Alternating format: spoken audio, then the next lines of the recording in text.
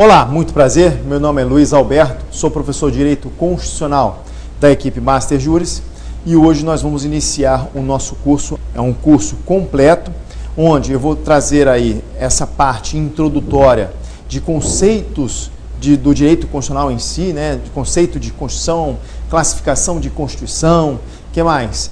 A parte até introdutória de supremacia constitucional, cláusulas pétreas. Então, nosso foco é justamente não só ficar naquele sistema maçante de teoria, mas também mesclar com os exercícios. Eu vou explicar um pouquinho, jogo exercício. Explico mais um pouco, jogo exercício. Tudo bem? Então, esse vai ser o nosso curso, essa será a nossa proposta. Vamos, então, focar aqui na tela. Qualquer probleminha, você pode mandar um e-mail para mim. É importante, antes de iniciar o curso, fazer uma indicação bibliográfica. Então, nessa indicação bibliográfica, nós temos o livro do professor Pedro Lenza, Direito Constitucional Esquematizado. Deve ter uma versão aí 2016. Eu não lembro se é realmente a 20ª edição, depois der uma confirmada. Mas o mais importante é verificar se é 2016. Tem também, esse livro é um livro mais completo, né? Um livro que, na verdade, para quem já tem uma boa noção de direito constitucional, é um livro que atende aí muitos alunos, principalmente aqueles que estão no nível mais avançado. Agora, você que está iniciando, é importante destacar o direito constitucional, recomendo no caso, né? O direito constitucional descomplicado, dos professores Marcelo Alexandrino e Vicente Paula, editora Método, 2016, não sei se é realmente a 13ª edição, ok? E, obviamente, trabalhar com uma Constituição atualizada. Então, pode vir aqui comigo. Para ser muito sincero, quando se fala ali em Constituição, indicar uma Constituição para comprar, você não necessariamente precisa ir comprar uma Constituição. Basta você entrar no site do Planalto, na verdade, digite lá no Google Constituição Federal. Salvo engano, o primeiro link é o site do Planalto. Aí você clica e ali você tem uma Constituição atualizada. Existe também um outro suporte que o Supremo Tribunal Federal ele concede aí a todos que estão, que na verdade são operadores do direito, que estão estudando o direito constitucional em si, que é a Constituição interpretada pelo Supremo Tribunal Federal. Lá no site do STF, você tem lá um link que é jurisprudência e tem lá Constituição e Supremo. Você tem as normas constitucionais e tem as decisões do STF que são compatíveis com aquelas normas constitucionais. Tudo bem? Então vamos voltar para a tela e eu vou iniciar o estudo do direito constitucional apresentando o ordenamento jurídico. Então, ordenamento jurídico, conjunto de leis, de normas que se encontram dentro do nosso território. E nossa Constituição Federal se encontra no ápice do ordenamento jurídico e o próprio Supremo Tribunal Federal destaca que há uma relação de compatibilidade vertical. Então, o que significa essa relação de compatibilidade vertical? Significa que todas as normas que estão abaixo da Constituição devem ser compatíveis com a própria Constituição. Qualquer tipo de incompatibilidade, qualquer vício dentro aí do aspecto constitucional, haverá ações de controle de constitucionalidade, como, por exemplo, a ação direta de inconstitucionalidade. Então, muito importante, a relação de compatibilidade vertical é aquela que vai designar a própria Constituição Federal no topo da pirâmide, representando a hierarquia máxima, a referência de criação de todas as demais normas do nosso ordenamento jurídico. No nosso material, o material completo, você vai receber esse material que eu estou apresentando para você. Alguns pontos eu deixo para leitura, como por exemplo, na tela, por favor, eu tenho aqui, ó, relação de compatibilidade vertical. Então, você tem aí, ó, relação de compatibilidade vertical, falando do estudo, né, da relação de compatibilidade, que é do Supremo Tribunal Federal, isso aqui é para leitura, ok? E agora vamos avançar um pouquinho, só falar aqui do neoconstitucionalismo. Então, pode vir aqui comigo, analisando o neoconstitucionalismo. A Constituição Federal se encontra no epicentro axiológico do nosso ordenamento. Então, naquela visão de Hans Kelsen, aquela pirâmide que eu mostrei para você, é chamada pirâmide de Kelsen. Na visão de Kelsen, a Constituição está no topo da pirâmide representando a hierarquia máxima. Numa visão do neoconstitucionalismo, Você tem essa relevância da Constituição Federal? Sim, mas dentro de um epicentro axiológico do nosso ordenamento jurídico. Ou seja, hoje em dia, há uma filtragem constitucional de todas as ações, seja do poder público, seja da iniciativa privada e do poder público na criação de leis, no âmbito dos julgados, ou seja, na atuação do poder judiciário e também na atuação do poder executivo. A Constituição Federal estando no epicentro, sendo um filtro constitucional, como diz o professor Canotilho, como diz o professor José Afonso da Silva, ela vai regulamentar com um certo cuidado, de uma forma mais clínica, todas as ações do Estado e também todas as ações entre particulares. Então vamos ao esquema na nossa tela, por favor. Eu tenho aqui o neoconstitucionalismo, a Constituição no epicentro axiológico do ordenamento, tendo aí, a partir dela, o direito público, o direito privado, o efeito irradiante que ela destaca. O professor Luiz Roberto Barroso, hoje ministro do Supremo Tribunal Federal, destaca o seguinte: para Barroso, o que marca o estágio atual é justamente a passagem da Constituição para o centro do sistema jurídico, de onde passa a atuar como o filtro axiológico pelo qual se deve ler, por exemplo, no caso deveria ter aqui, por exemplo, o direito civil. Então, o direito civil, pode vir aqui comigo, é um direito vinculado à iniciativa privada, então ele faz parte do ramo direito privado, e não é por ter aí uma direção no direito privado que vai se desconsiderar a Constituição Federal. Então, mesmo nas relações da iniciativa privada, é por isso que existe a eficácia horizontal dos direitos fundamentais, por exemplo, você tem aí uma relevância maior da nossa Constituição. Tudo certo? Vamos avançar no nosso material. Eu tenho aqui o breve histórico das Constituições. É importante aqui entender um pouquinho a história das nossas Constituições. A primeira Constituição é a Constituição de 1824, é a Constituição do Império. Então, às margens do rio Ipiranga, Dom Pedro levantou a espada e disse: independência ou morte. Isso foi em 1822. Ao se tornar independente, o Brasil ao se tornar independente, Dom Pedro I, seguindo a evolução dos países da Europa, decidiu-se que haveria necessidade de criar uma nova Constituição. Criou-se a primeira Constituição brasileira, a Constituição de 1824, uma Constituição que era vinculada na época, né, ao catolicismo. Então, em 1824, o Brasil não era um país laico. Laico ou leigo ou não confessional, como destaca o professor Pedro Lenz. Então, são sinônimos. Um país laico, um país leigo ou não confessional é aquele país que não está vinculado a nenhuma religião. Tudo bem? O Brasil, em 1824, a Constituição de 1824, destacava que o Brasil era um país católico. Na verdade, foi a única Constituição que vinculava a religião oficial, o catolicismo.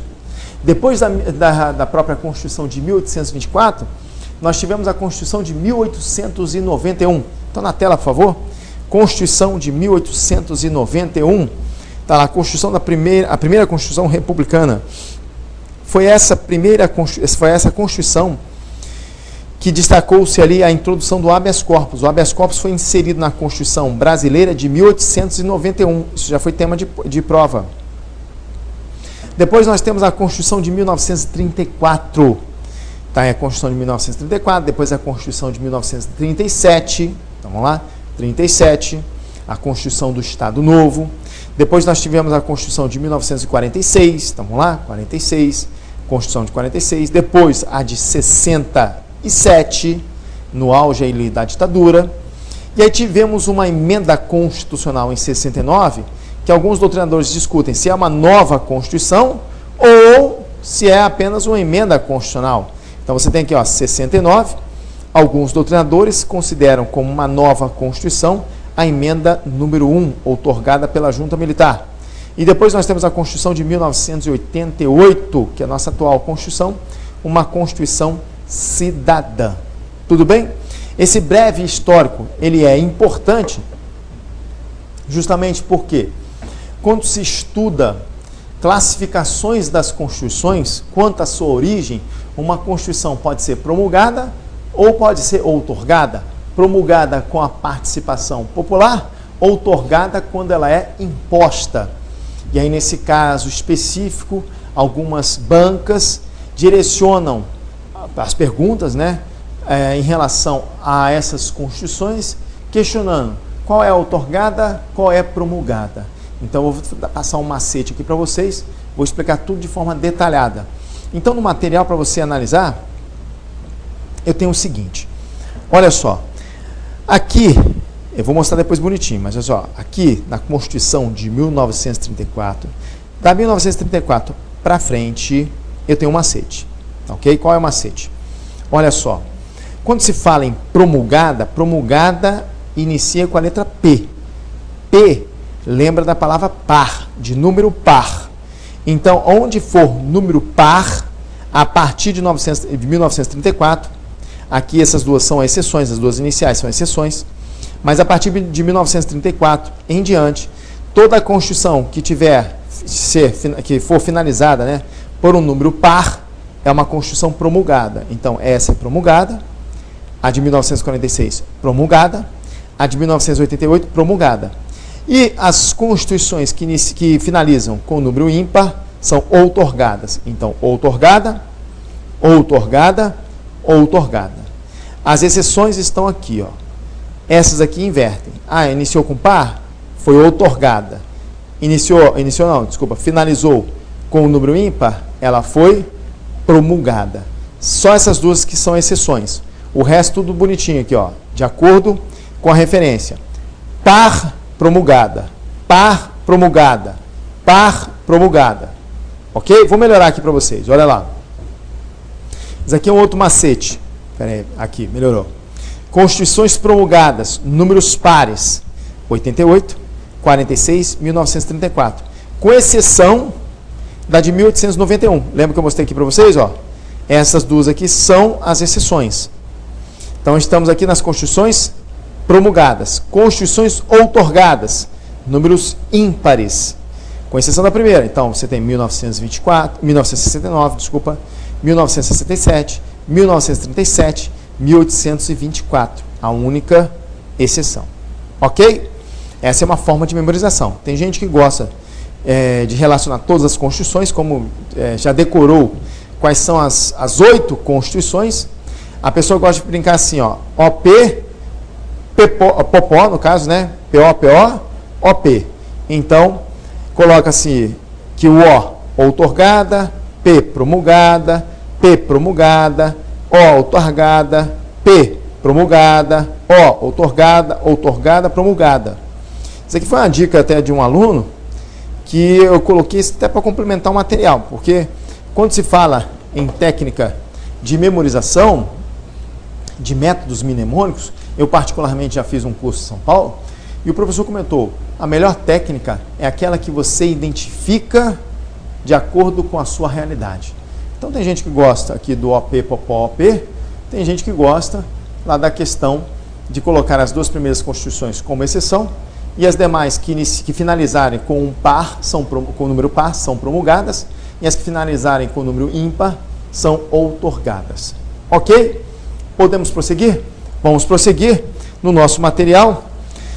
Eu tenho aqui uma questão de prova interessantíssima. E essa questão de prova interessante, até peço desculpa que eu esqueci de comentar ela, envolve o seguinte. Na Constituição de 1824, primeira Constituição, existiam 4 poderes. O poder executivo, o poder legislativo, o poder judiciário e o poder moderador. E isso foi questionado em prova. Analise aqui comigo na tela. Vamos lá. Analise o texto abaixo. A primeira Constituição brasileira foi por Dom Pedro I em 1824. Foi o quê? Outorgada, né? Por Dom Pedro em 1824, primeira Constituição. Entre outras normas, estabelecia o regime seria monárquico e constitucional, e a existência de 4 poderes: executivo, legislativo e judiciário, e tem um poder moderador. Então vamos procurar aqui nos espaços. Assinar a alternativa preenche correta e sequencialmente as lacunas. Aí você tem a letra A. Constituição é escrita? Esse conceito aqui é de Constituição escrita? Não, de outorgada. Então, escrita ou outorgada? Opa, outorgada. E o 4º poder lá é o mediador ou é o moderador? É o moderador. Então, você tem aqui como resposta, vou marcar aqui para vocês, a letra C de casa. Tudo bem? Tá tranquilo. Vamos lá? Avaliando. A Constituição, a estrutura da Constituição Federal. A nossa Constituição, ela é dividida em 3 partes, em 3 fatias. Para que você possa se moldar aí a nova estrutura de um direito constitucional, é importante eliminar alguns paradigmas, como, por exemplo, dentro da Constituição existem leis? Não. Dentro da Constituição existem tratados internacionais? Não. O que acontece é o seguinte, a Constituição pode citar a dependência de uma lei. A Constituição pode citar um tratado internacional, mas o conteúdo do tratado internacional jamais está na Constituição. O conteúdo de uma lei jamais estará na Constituição. A Constituição cita a dependência da lei, cita o tratado, mas o conteúdo dessas espécies normativas não se encontram na Constituição. Então, dentro da Constituição Federal só existem normas constitucionais. Isso é importante. E aí vamos lá. Se eu fatiar a Constituição em 3 partes, nós temos Constituição separada em 3 partes com o conteúdo de normas constitucionais. Então, quais são as 3 subdivisões da Constituição? Preâmbulo, corpo constitucional e nós temos o ADCT. ADCT significa Ato das Disposições Constitucionais Transitórias. Bom, se eu for analisar o preâmbulo, há uma divergência. É o único que tem divergência doutrinária. E apesar de ter uma divergência doutrinária, as bancas seguem a corrente majoritária em relação ao preâmbulo. Dizendo o seguinte, o preâmbulo é apenas uma carta de intenções, não é uma norma constitucional propriamente dita, porque o preâmbulo é a mera carta de apresentação da própria Constituição Federal. Você já leu o preâmbulo? Importante ler o preâmbulo, até porque já foi tema de questão de prova. Então analisa aqui na tela comigo, por favor. Eu tenho, está lá, a Constituição dividida em 3 partes, preâmbulo, corpo e ADCT. O preâmbulo, apesar de não ser pacífico, consideramos que o preâmbulo não tem força normativa, é só uma carta de intenções. E aí eu tenho aqui o preâmbulo, vamos lá, preâmbulo da Constituição de 88. Nós, representantes do povo brasileiro, reunidos em Assembleia Nacional Constituinte para instituir um Estado democrático destinado a assegurar o exercício dos direitos sociais e individuais, a liberdade, a segurança, o bem-estar, o desenvolvimento, a igualdade e a justiça como valores supremos de uma sociedade fraterna, pluralista e sem preconceitos, fundada na harmonia social e comprometida na ordem interna e internacional, com a solução pacífica das controvérsias, promulgamos, sob a proteção de Deus, a seguinte Constituição da República Federativa do Brasil. Então, é importante você dar um pause, ler novamente o preâmbulo, porque nós temos questões de prova. Questão número 2. A Assembleia Nacional Constituinte instituiu, de acordo com o preâmbulo da Constituição Federal, um Estado democrático destinado a assegurar. Então, vamos ver quais são as citações que tem ali no preâmbulo. A promoção da integração ao mercado de trabalho, a assistência social. Letra A, promoção da integração ao mercado de trabalho. Isso é citado no preâmbulo? Não. B, a assistência social e a descentralização político-administrativa. Isso é citado no preâmbulo? Não. C, a liberdade, o bem-estar, o desenvolvimento e a segurança. Letra C é citada no preâmbulo? É citada no preâmbulo? Sim. Então, nós temos como resposta a letra C. Ok? Tudo certo? Vamos lá, letra D. Que a fauna e a flora tenham sua função ecológica ampliada? Não. É que o casamento religioso tem efeito civil, independentemente de lei. A letra E também está fora. Então, nós temos como resposta a letra C. E aí avançamos e voltamos aqui. Então, nós vimos que o preâmbulo não tem força normativa cogente, ou seja, é só uma carta de intenções. Aí vamos lá. O que acontece é o seguinte. Matamos o preâmbulo. O corpo constitucional é formado por normas constitucionais? Sim. Então, o corpo constitucional tem 250 artigos. 250 artigos que estão completos são auto-aplicáveis? Não. Alguns dependem até de regulamentação. Perfeito. E, às vezes, a regulamentação pode estar na própria Constituição Federal. Como assim? Vamos lá. Vou te fazer uma pergunta. Quanto tempo é a licença maternidade? Entendi o que você falou. 120 dias. Não se mensura em meses, hein? Pelo amor de Deus. 120 dias. Isso está na Constituição Federal.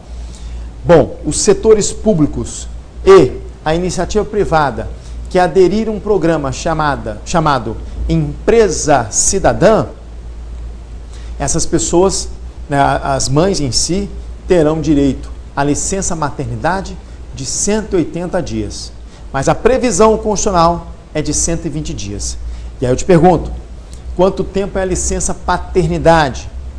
Aí você fala 5 dias. Mas olha só que interessante. No corpo constitucional está escrito licença paternidade nos termos da lei. Só que essa lei até hoje não foi criada. E aí eu tenho uma outra parte da Constituição chamada de ADCT. E o ADCT são normas que regulam a aplicação, normas constitucionais, que regulam a aplicação do corpo constitucional. E lá no ADCT está escrito assim, enquanto não for definida a lei da licença paternidade, esta será de 5 dias. Porém, os órgãos públicos e os setores da iniciativa privada que aderirem ao programa Empresa Cidadã, a licença paternidade será de 20 dias. Alteração é recente. Então, só para que você possa entender a dinâmica do ADCT. Joga na tela para mim, por favor. Eu tenho, então, que o ADCT é considerado ato das disposições constitucionais transitórias. São 96 artigos, na verdade até 100. São 100, aqui está até errado, são 100 artigos. São normas que regulam a aplicação das próprias regras constitucionais. Vou falar da aposentadoria compulsória, que muita gente erra isso.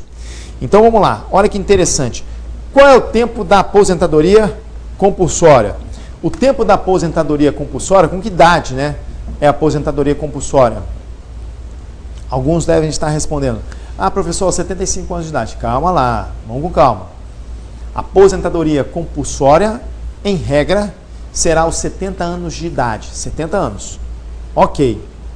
Mas a aposentadoria compulsória poderá ser aos 75 anos de idade, dependendo de lei complementar, para alguns cargos. Essa lei complementar, ela não foi criada, até porque essa norma ela é recente. Foi a Emenda Constitucional 88, chamada de PEC da Bengala. Então, a lei complementar não foi criada. Não muito satisfeito, o que o legislador constituinte disse? Ele falou o seguinte, olha, enquanto não for criada essa lei complementar, que regulamenta a aposentadoria compulsória aos 75 anos de idade, para alguns cargos, o próprio ADCT trouxe o seguinte, não criando a lei complementar, pelo menos a aposentadoria compulsória dos ministros do STF, dos ministros dos tribunais superiores e dos ministros do TCU será aos 75 anos de idade. Quer conferir comigo? Vamos na tela então, por favor. Eu tenho aqui o corpo constitucional, artigo 40, inciso 2º. Então, fala da aposentadoria compulsória, então, compulsoriamente, com proventos proporcionais ao tempo de contribuição, aos 70 anos de idade e aos 75 anos de idade na forma da lei complementar, ok? Artigo 100. Até que entre em vigor a lei complementar de que trata o inciso 2º, do parágrafo 1º, do artigo 40 da Constituição, os ministros do STF, dos tribunais superiores, dos tribunais de contas da União, aposentar-se-ão compulsoriamente aos 75 anos de idade, nas condições do artigo 52 da Constituição Federal. Então você tem aqui, emenda constitucional 88, você tem aqui o ADCT que regulamenta disposições do corpo constitucional. Então o nosso curso é um curso completo, onde você vai entender de uma forma clínica cada ponto específico dentro do estudo do direito constitucional. Claro, pontos específicos que são cobrados em concurso público. Aqui não é um curso de pós-graduação, nem um curso a nível universitário. É um curso focado para concursos públicos. E aí, analisando aqui na nossa tela, eu quero te fazer até uma pergunta antes de ir para a tela. Como a nossa Constituição ela é alterada? A nossa Constituição pode ser alterada, aí você está citando aí, gritando aí. Emenda constitucional. Pera lá, vamos com calma. Você não está errado, não. Mas vamos com calma. A alteração da nossa Constituição, ela pode ser por um procedimento formal. Esse procedimento formal é um procedimento que pode ser por meio das emendas constitucionais ou por meio das emendas constitucionais de revisão. Então, esse é o procedimento formal. Esse procedimento formal é por meio de uma reforma, que é a criação das emendas constitucionais, ou por meio de uma revisão constitucional, que são as emendas constitucionais de revisão. Tivemos uma só, uma emenda constitucional de revisão, que ocorreu 5 anos após a promulgação da nossa Constituição Federal. Foi uma só e foi a única previsão, a DCT. Agora, o processo formal de reforma são as emendas constitucionais que nós estamos acostumados. Nós estamos aí acostumados com as emendas constitucionais. Ok, essa é uma metodologia para se alterar a Constituição. Qual é a outra metodologia para se alterar uma Constituição? Nós temos o procedimento informal, que é um procedimento interpretativo, que é por meio da mutação constitucional, que em tese é feita pelo Supremo Tribunal Federal. E a mutação constitucional é uma alteração material do texto constitucional? Não. A própria mutação constitucional é uma alteração a nível interpretativo. Ou seja, a norma continua lá, na própria Constituição, mas a interpretação dela é diametralmente oposta ao que está escrito numa leitura gramatical. Então, exemplo, vamos lá. A Constituição destaca: ninguém será preso por dívida. Artigo 5º, inciso 67. Ninguém será preso por dívida, salvo a do inadimplemento voluntário e inexcusável de pensão alimentícia e a do depositário infiel. Será que é possível a prisão civil do depositário infiel? A resposta é não. Hoje em dia, em decorrência da influência do Pacto de San José da Costa Rica, a prisão civil do depositário infiel não é mais admitida. Inclusive, o Supremo criou a súmula vinculante 25, que daqui a pouquinho no nosso material eu vou mostrar para você como ocorreu todo esse procedimento.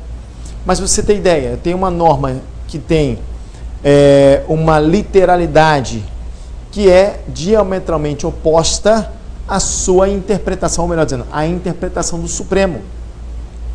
A mutação constitucional é isso. Não se faz ali uma alteração material, faz-se uma alteração interpretativa. Tudo certo? Então, eu vou mostrar um quadrinho, eu vou mostrar também como as bancas gostam de perguntar sobre isso. Então, na tela, por favor, nós temos aí a alteração da Constituição, processo formal, que é por meio da reforma, criação da emenda constitucional, ou um processo formal por meio da revisão constitucional. Pode ser também um processo informal, que é interpretativo, denominado mutação constitucional. Como é que cai na prova? Cai assim: a mutação constitucional, que é um processo formal de alteração da Constituição, está errado. Por quê? Mutação constitucional não faz parte do processo formal. A mutação constitucional faz parte de um processo informal de alteração da Constituição. Outro, alteração da Constituição por um processo de reforma, denominado de mutação constitucional, está errado. Então você tem que ficar esperto, porque os examinadores ficam alterando essas lacunas aqui, alterando esses espaços, eles ficam trocando. Então memorize esse quadrinho, é muito importante. Vamos aqui analisar o procedimento de alteração formal por meio da reforma e por meio da revisão constitucional. Como funciona esse procedimento de alteração por meio da reforma constitucional? Todo mundo sabe que a nossa Constituição, alterada por emenda, é numa sessão bicameral e tem que ser por 3/5 dos seus membros.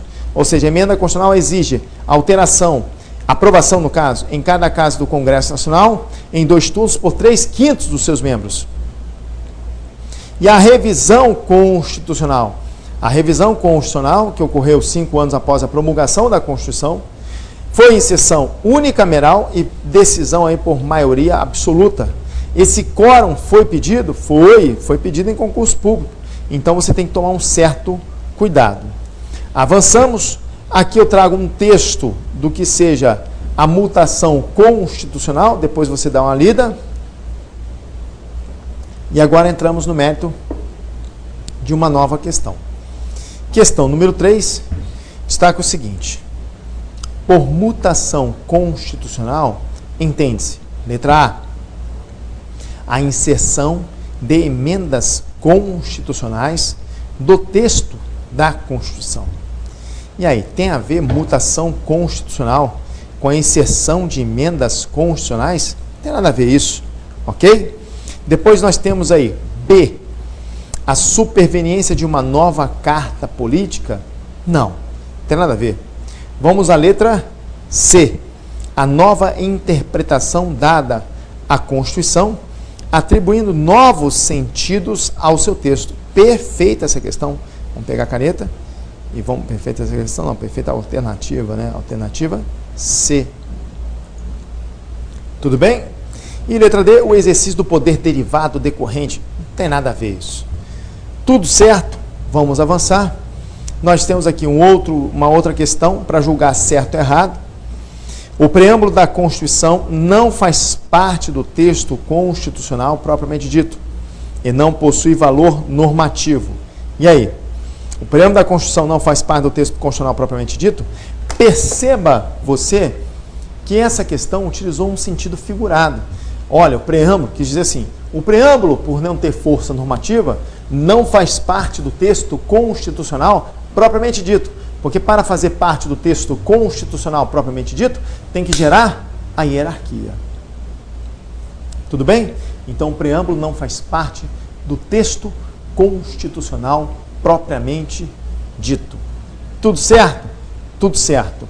Essa questão, ela está correta porque buscou aquele posicionamento em que o preâmbulo é apenas uma carta de intenções. Então, vamos na tela, por favor? Eu tenho aqui o item para julgar se está certo ou se está errado. Vamos lá, essa questão está certa. Desculpa aí porque eu estou fazendo desenho aqui no mouse. 5. As normas previstas no ato das disposições constitucionais transitórias possuem natureza de norma constitucional, certo? A única dúvida é em relação ao preâmbulo, mas é seguindo o posicionamento majoritário, o preâmbulo não faz parte do texto constitucional propriamente dito. Então, essas duas questões são questões certas. Vamos para a questão 6. O fenômeno de reforma da Constituição, por meio da alteração formal do seu texto, é denominado mutação constitucional. Aí vamos lá, voltando aqui rapidinho. Alteração formal do texto é mutação constitucional? Cadê mutação constitucional aqui? Não tem. A mutação constitucional é um processo informal. Então, essa questão é uma questão que está errada. Deixa eu pegar aqui minha caneta. Analisando.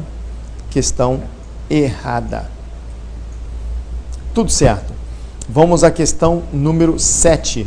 A questão número 7 é a seguinte: denomina-se mutação constitucional O processo informal de revisão, atualização ou transmissão da Constituição, sem que haja mudança do texto constitucional. Essa é a característica da mutação constitucional? Sim, é a característica da mutação constitucional. Questão certa. Tudo bem? Avançamos e vem uma pergunta fantástica. Por quê? Essa pergunta destaca o seguinte: o que é reversão jurisprudencial ou reação legislativa? Um tema atual, decisão de outubro de 2015, vai despencar em concurso público? Com certeza, não tenha dúvida disso.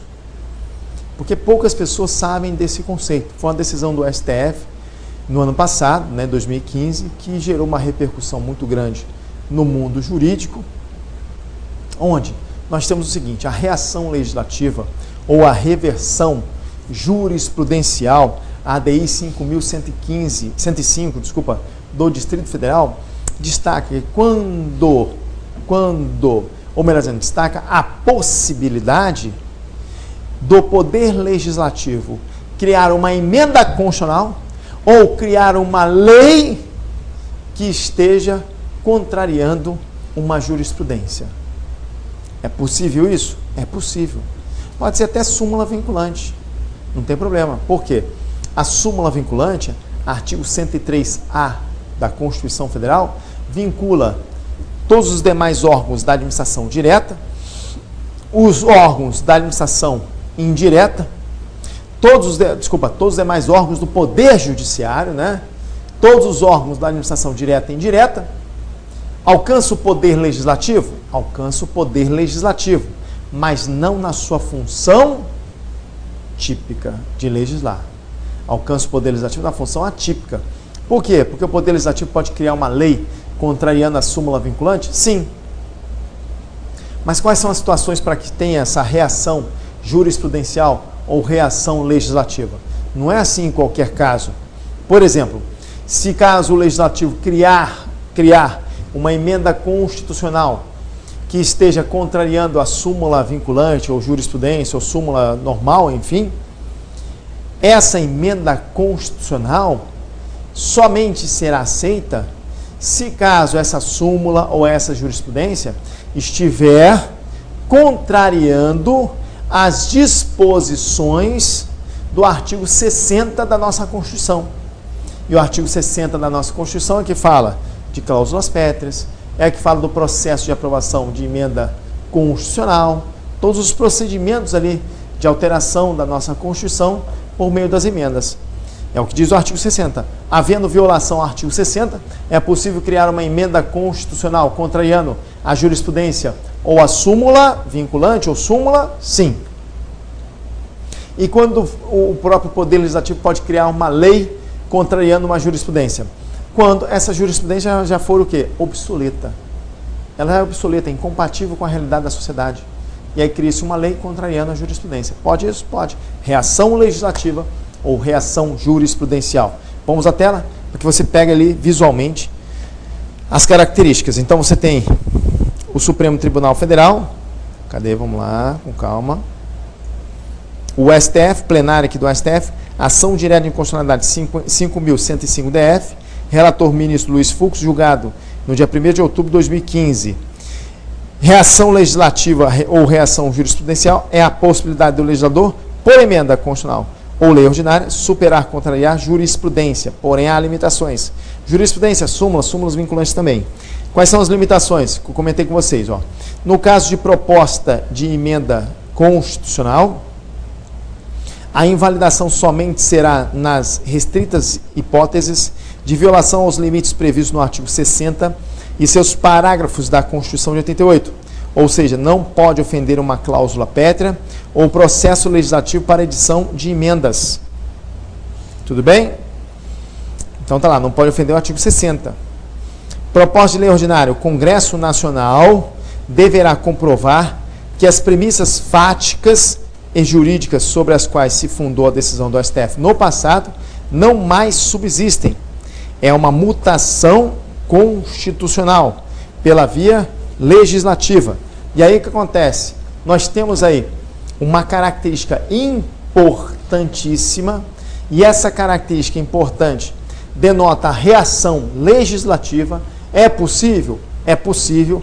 A lei ordinária, ela é, ou melhor dizendo, a jurisprudência, ela é incompatível à lei ordinária. Ela é incompatível com a realidade da sociedade. É possível criar uma lei ordinária, denotando ali a nova realidade jurídica? Sim, isso é praticamente uma mutação constitucional, uma alteração da interpretação da via jurisprudencial pela via legislativa. É novidade. Nosso curso é atual e o nosso curso vai ser revisado com frequência.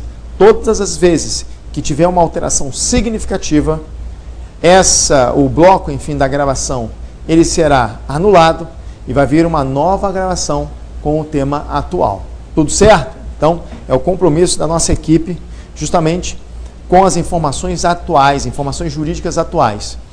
Vamos analisar então uma outra característica importante, na verdade não outra característica, mas continuar no nosso estudo do ordenamento jurídico, da nossa pirâmide de Kelsey, mostrar qual é a desenvoltura atual dessa pirâmide.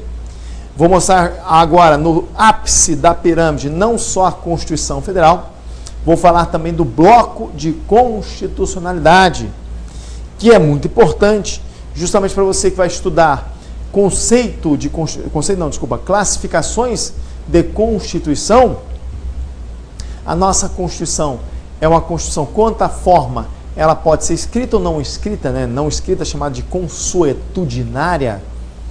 E aí a nossa Constituição, ela é escrita porque ela está expressa em documento.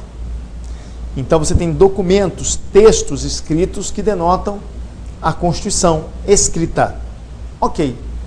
Só que dentro dessa divisão, né, de Constituição escrita e não escrita, dentro da escrita, a Constituição ela pode ser codificada ou pode ser legal. Codificada orgânica ou legal ou inorgânica.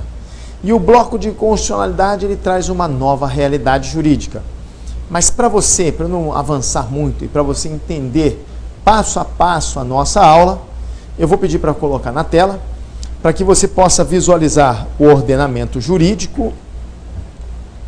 E ao visualizar o ordenamento jurídico, eu tenho um bloco de constitucionalidade.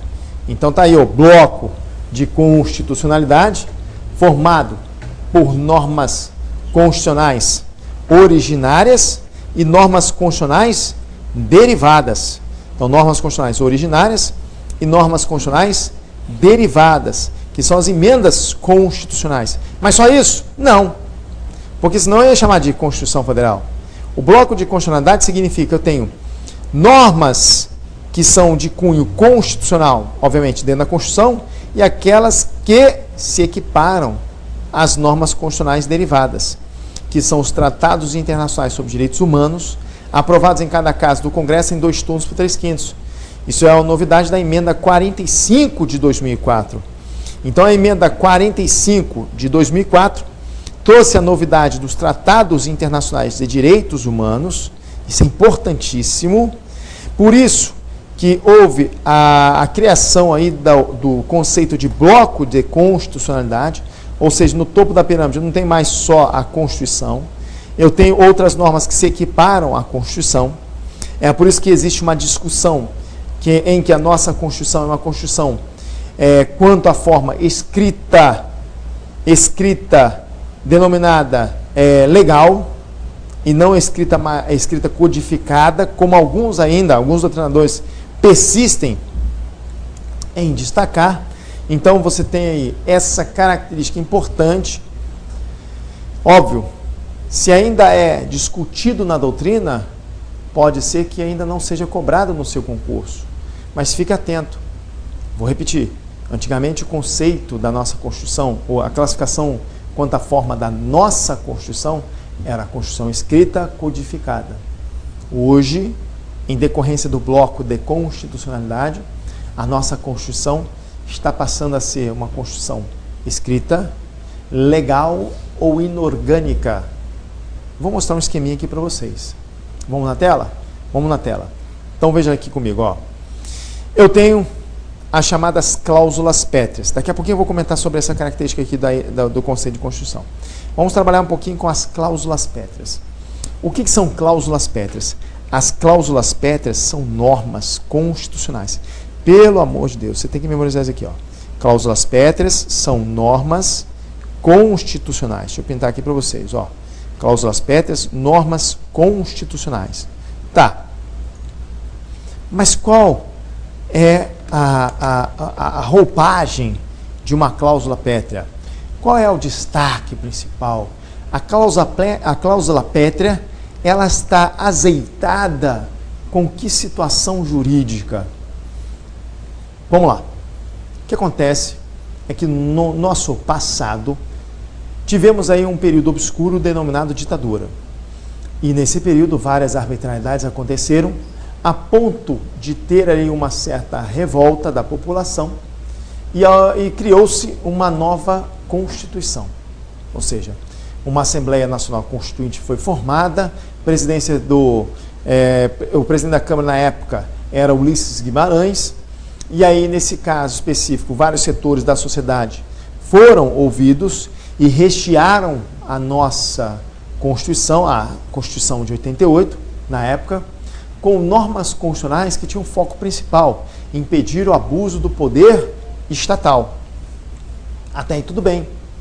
E nessa discussão da Assembleia Nacional Constituinte, alguns integrantes levantam a mão e começam a questionar: o que adianta criar aí normas constitucionais que protegem o indivíduo em face ao Estado, se no futuro pode ser que o próprio Congresso aprove emendas constitucionais revogando todas essas proteções?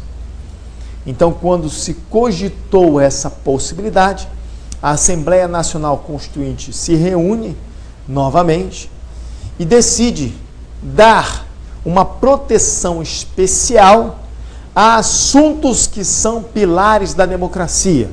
Na verdade, essa proteção especial dentro desses assuntos, que são pilares da democracia, ao serem envolvidos por normas constitucionais, essas normas constitucionais que estão dentro desses assuntos jamais poderão ser revogadas por meio de emenda constitucional. Repito, jamais poderão ser revogadas por meio de emenda constitucional. Mas essas normas constitucionais que tratam desses assuntos que são pilares da democracia, que são chamadas de cláusulas pétreas, essas normas constitucionais podem modificar ali a sua estrutura sem atingir o seu núcleo essencial? Sim, pode fazer isso. Então, a essência da cláusula pétrea denota que ela pode ser alterada, desde que não prejudique, o núcleo essencial da norma. Ela pode ser revogada por meio de emenda constitucional? Não. Mas se for criada uma nova lei maior, se for criada uma nova Constituição, ao se criar uma nova Constituição, eu tenho a teoria do poder constituinte originário, absoluto, ilimitado e incondicionado. Então nós temos essas características aí que são de grande relevância. E é importante, obviamente, destacar que os assuntos que são denominados cláusulas pétreas, na verdade os pilares da democracia, aos quais as normas constitucionais que se enquadrem perfeitamente a esses assuntos são denominadas cláusulas pétreas, estão no artigo 60, parágrafo 4º, que destaca: não será objeto de deliberação proposta de emenda tendente a abolir. Aí traz lá, forma federativa de Estado, o voto direto, secreto, universal e periódico, a separação dos poderes, os direitos e garantias individuais. Quero deixar claro que eu vou repetir tudo isso aqui para vocês. Tudo bem? Ainda vou fazer exercícios. Então, entenderam aqui a essência da cláusula pétrea? Vamos analisar, então, no nosso material. Cláusulas pétreas, tome cuidado, são normas constitucionais. Aí, só para você entender uma coisinha interessante, vamos lá. Todas as normas constitucionais estão aqui nesse nível, na parte vermelha. Se todas as normas constitucionais estão aqui na parte vermelha, será que existe hierarquia entre normas constitucionais? Existe hierarquia entre normas constitucionais? Não. pois todas as normas constitucionais estão no mesmo patamar. Não existe hierarquia entre normas constitucionais. Tudo bem? Ok? E aí, vamos avançar. Nós temos aqui a cláusula pétrea, que é norma constitucional. Pode ser abolida ou revogada? Depende. Pode ser abolida ou revogada por meio de emenda constitucional? Não. Então, vou fazer um X. X, não pode. Pode ser abolida ou revogada criando-se uma nova lei maior, uma nova Constituição? Aí pode. Então, não vou fazer X. Uma cláusula pétrea pode ser modificada para proteção, para ampliação da proteção dos direitos? Pode. Não vou fazer nada. Agora, uma cláusula pétrea pode ser modificada atingindo o núcleo essencial da norma? Opa, se for para atingir o núcleo essencial da norma, não pode. Vou fazer X. Então tá aí. Isso é cláusula pétrea. Tudo bem? Não é bicho de 7 cabeças. É fácil, é tranquilo. Quais são os assuntos considerados cláusulas pétreas? Está lá, artigo 60, parágrafo 4º. Não será objeto de deliberação proposta de emenda tendente a abolir. 1. A forma federativa de Estado. 2. O voto direto, secreto, universal, periódico. 3. A separação dos poderes. 4. Os direitos e garantias individuais. Tudo bem? Tem que memorizar isso? Tem que memorizar isso. Não tem escapatória. Certo? Avançamos. Cuidado, às vezes as questões de prova, elas vão exigir de você uma decoreba, ou seja, memorizar os incisos do artigo 60, parágrafo 4º, assim como pode envolver aspectos doutrinários.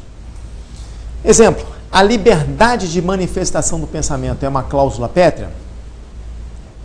É, porque é um direito e garantia individual. A liberdade de locomoção é uma cláusula pétrea? É, porque é um direito e garantia individual. Então, doutor, doutora, tomar um certo cuidado, porque além de você ter que decorar essa parte que envolve os assuntos considerados cláusulas pétreas, você tem que saber alguns aspectos doutrinários. Inclusive a doutrina, ela reforça que existem cláusulas pétreas explícitas e cláusulas pétreas implícitas. Repito, cláusulas pétreas explícitas e cláusulas pétreas implícitas. Nós não vamos estudar as cláusulas pétreas implícitas. Nós vamos estudar, o foco aqui é a cláusula pétrea explícita, porque é isso que cai na prova. Tudo certo? Então tem que tomar um cuidado. Estou doido para falar uma coisa aqui para vocês, mas vou me conter justamente porque se eu falar, eu vou estar dando a resposta de uma questão. Então, analisando aqui no nosso material, eu tenho a primeira questão de prova. É uma questão para você julgar certo ou errado. Uma questão que tem assuntos que eu ainda não comentei, mas eu quero que você leia com calma e busque o núcleo essencial da questão, ou seja, retire a gordura, tente captar a ideia central da questão. Faça como uma leitura num texto de língua estrangeira, inglês, espanhol, onde você não vai se prender a palavras isoladas, você vai tentar captar a ideia central do texto. Tudo bem? Eu vou ficar quieto, você dá um pause e aí depois eu venho corrigindo. Eu vou ficar quieto, vou beber uma água e depois eu venho corrigindo. Então vamos lá? Valendo!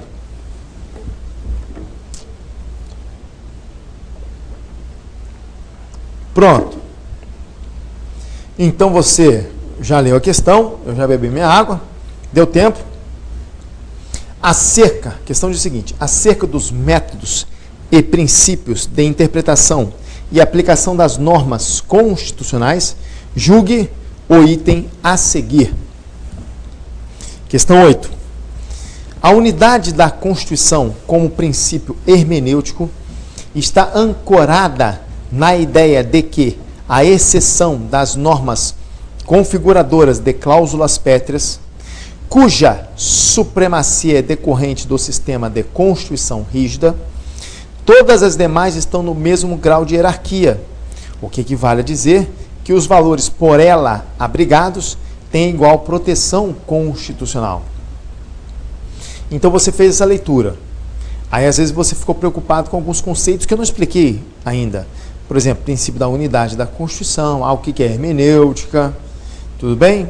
Constituição rígida, não falei nada disso. Mas você precisava disso? Vamos fazer o seguinte, eu vou retirar a gordura desse texto. Só vou colocar o que me interessa. Então, retirando a gordura, é isso que me interessa. Vamos lá. Agora é português, interpretação de texto. À exceção das normas configuradoras de cláusulas pétreas, todas as demais estão no mesmo grau de hierarquia. Então, repito. À exceção das normas configuradoras de cláusulas pétreas, todas as demais estão no mesmo grau de hierarquia. A interpretação que se faz aqui é o seguinte, que a cláusula pétrea tem uma hierarquia diferenciada das demais normas constitucionais. O que você tem a me dizer? Acabamos de ver que as cláusulas pétreas são normas constitucionais. E em momento pretérito, vimos também que entre normas constitucionais não há hierarquia. Entre normas constitucionais não há hierarquia e a cláusula pétrea é uma norma constitucional. E aqui na questão está falando que a cláusula pétrea tem uma relação diferenciada, uma relação hierárquica diferenciada das demais normas constitucionais. Nesse caso específico, a pergunta é: será que a questão está certa ou está errada? Está errada, porque se a cláusula pétrea é norma constitucional, não existe hierarquia entre normas constitucionais. Questão errada, ok? Então marca aí no seu material a questão errada. Vou avançar, tem mais uma questão de prova. Dê um pause aí e tente responder essa questão. Vai lá, valendo!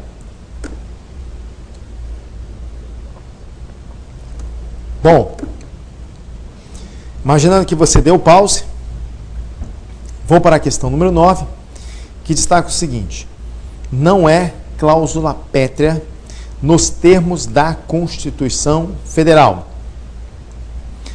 Letra A, a forma federativa de Estado. Letra B, então a forma federativa de Estado é cláusula pétrea? É. A forma federativa de Estado é considerado cláusula pétrea.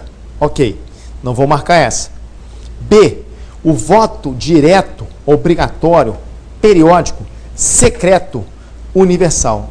Tomar cuidado, doutor. O voto direto é cláusula pétrea. O voto periódico é cláusula pétrea. O voto secreto é cláusula pétrea. O voto universal é cláusula pétrea. Mas não é citado o voto obrigatório como cláusula pétrea. Antes de explicar, só para você visualizar, olha lá aqui, ó. Cláusula pétrea, voto direto, secreto, universal e periódico. O voto obrigatório não é cláusula pétrea. Aí você pergunta assim: professor, mas a regra é o voto ser obrigatório? Sim, a regra é o voto deve ser obrigatório. Ok. Mas peraí. O voto ser obrigatório, isso é essencial à democracia? Peraí, eu não falei votar. Eu falei o voto obrigatório. Se vier uma emenda constitucional destacando hoje que o voto será facultativo para a maioria, ou seja, a regra será voto facultativo. A pergunta é: o Brasil deixou de ser democrático? Eu acho que o Brasil passa a ser até mais democrático. Então, nesse caso específico, eu tenho que a letra B é a resposta, justamente porque o voto obrigatório não foi citado como cláusula pétrea. Várias bancas gostam de trabalhar com isso. Colocar que o voto obrigatório é cláusula pétrea. Então fique ciente e tome cuidado. Vamos à letra B, na tela, por favor. A letra B gerou muita confusão, né? A igualdade entre homens e mulheres, salvo as exceções estabelecidas na própria Constituição Federal, sempre em benefício das mulheres. Então, a igualdade entre homens e mulheres, salvo as exceções estabelecidas na própria Constituição Federal, sempre em benefício das mulheres. Doutores, tome cuidado, porque a nossa Constituição estabelece normas constitucionais que protegem homens e mulheres ou somente as mulheres. A professora dá um exemplo, aqui, ó. Artigo 7º, inciso 20. Proteção do mercado de trabalho da mulher mediante incentivos específicos nos termos da lei. Então, proteção do mercado de trabalho da mulher mediante incentivos específicos nos termos da lei. É uma norma que protege somente quem? A mulher. Tudo bem? No artigo 7º, inciso 20. Certo? Vamos então analisar.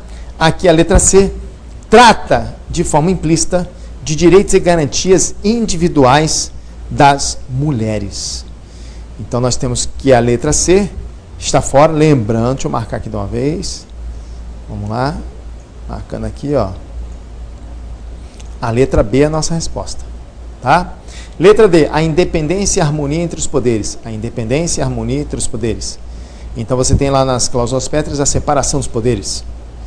Ok? Então essa é a cláusula pétrea, isso é a cláusula pétrea. A liberdade de manifestação do pensamento, direito e garantia individual, é cláusula pétrea. Tudo certo? Vamos lá, prosseguindo. Avançamos. Nós temos mais uma questão de prova. Considerando os limites de reforma da Constituição brasileira, assinale a alternativa correta. Letra A, é inaceitável alterar a Constituição Federal para readequar a forma federativa do Estado brasileiro? Perceba você que essa questão não trouxe o termo cláusula pétrea. Mas a minha pergunta é, uma cláusula pétrea pode ser modificada? Pode, desde que não atinja o núcleo essencial da norma, desde que não restrinja direitos, né, da norma. É interessante destacar o seguinte, uma cláusula pétrea, então, pode ser modificada, óbvio. Aqui a questão, ela traz alternativas que tem um foco bem direcionado a essas circunstâncias de alteração de cláusula pétrea. E também traz situações de limitação. Por exemplo, a cláusula pétrea é uma limitação material da Constituição. O que é limitação material? De conteúdo. Tem determinadas emendas que não pode abolir o conteúdo. Forma federativa de Estado, o voto direto, secreto, universal, periódico, a separação dos poderes, os direitos e garantias fundamentais. Então, na nossa Constituição, existe uma limitação formal e uma limitação material de alteração. Material em relação à cláusula pétrea. Formal porque, para a nossa Constituição ser alterada, tem que ter votação em cada caso do Congresso em 2 turnos em cada caso do Congresso, por 3/5, com voto de 3/5 dos membros do Congresso Nacional. Tudo bem? Tá tranquilo? Vamos então analisar a questão com maior cautela. Letra A. É inaceitável alterar a Constituição Federal para readequar a forma federativa de Estado? Está errado, porque eu posso alterar a Constituição Federal para readequar a forma federativa, desde que não atinja o núcleo essencial da norma. B. É inaceitável alterar a Constituição para readequar a separação dos poderes do Estado brasileiro? Eu não posso alterar a Constituição Federal para readequar a separação dos poderes, para melhorar? Posso ou não posso? Posso. Letra C. Quanto ao procedimento de reforma, existe limitação formal, inexistindo limitação material? Negativo. Existe tanto a limitação formal quanto a limitação material. Formal, procedimento. Material em relação ao conteúdo. D. A Constituição não pode sofrer emenda constitucional por 5 anos contados de sua promulgação, em razão da limitação temporal. Nada a ver. A Constituição pode sim, sofrer emenda constitucional, sofrer emenda constitucional a partir do momento que ela foi promulgada. O que está tentando te confundir aqui é sobre a emenda constitucional de revisão. Nada a ver. Letra E. É inaceitável alterar a Constituição Federal para restringir direitos fundamentais individuais? Aí é verdade. Eu não posso alterar a Constituição para atingir o núcleo essencial da norma. Então a resposta é letra E. Letra E é a nossa resposta. Tudo bem? Vamos para uma próxima questão. O que acontece? Questão 11. Julgar certo ou errado, né? Um item da banca FGV que eu gostei. Os direitos e garantias fundamentais podem sofrer limitações que atinjam o núcleo, no caso, o seu núcleo essencial? Opa! Não pode, Porque dentro dos direitos fundamentais eu tenho os direitos e garantias individuais. E os direitos e garantias individuais são cláusulas pétreas. E as cláusulas pétreas não podem ser modificadas de forma a atingir o núcleo essencial. Então essa questão está errada. Mais uma questão. 12. de acordo com a Constituição Federal, no que tange às cláusulas pétreas, não será objeto de deliberação proposta de emenda tendente a... E aí? Não será objeto de deliberação tendente a ampliar direitos e garantias fundamentais? Aí pode ter proposta, né, objeto de deliberação. B. Abolir o voto obrigatório? Não pode ter uma proposta de deliberação, um objeto de deliberação tentando abolir o voto obrigatório? Sim, porque o voto obrigatório não é considerado cláusula pétrea. Não será objeto de deliberação tendente a desfazer a forma federativa de Estado. Opa, desfazer a forma federativa atingirá o núcleo essencial da norma. Então, nesse caso, a letra C é uma alternativa correta.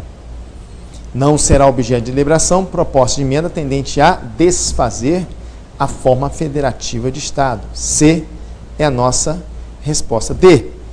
Não será objeto de deliberação proposta de emenda tendente a alterar o regime de governo. Opa, pode ter uma proposta de deliberação para alterar o regime de governo. Regime de governo democrático. Pode ter uma proposta de deliberação para dispor sobre a competência dos órgãos judiciais? Pode, sem nenhum problema. Algo que não pode desfazer a forma federativa de Estado. Tudo bem? Tranquilo? Tranquilo. Então, nós vamos finalizar esse bloco. No próximo bloco, nós vamos dar a continuidade, falando um pouquinho dos princípios constitucionais sensíveis e a relação deles com as cláusulas pétreas. Muito obrigado, fique com Deus.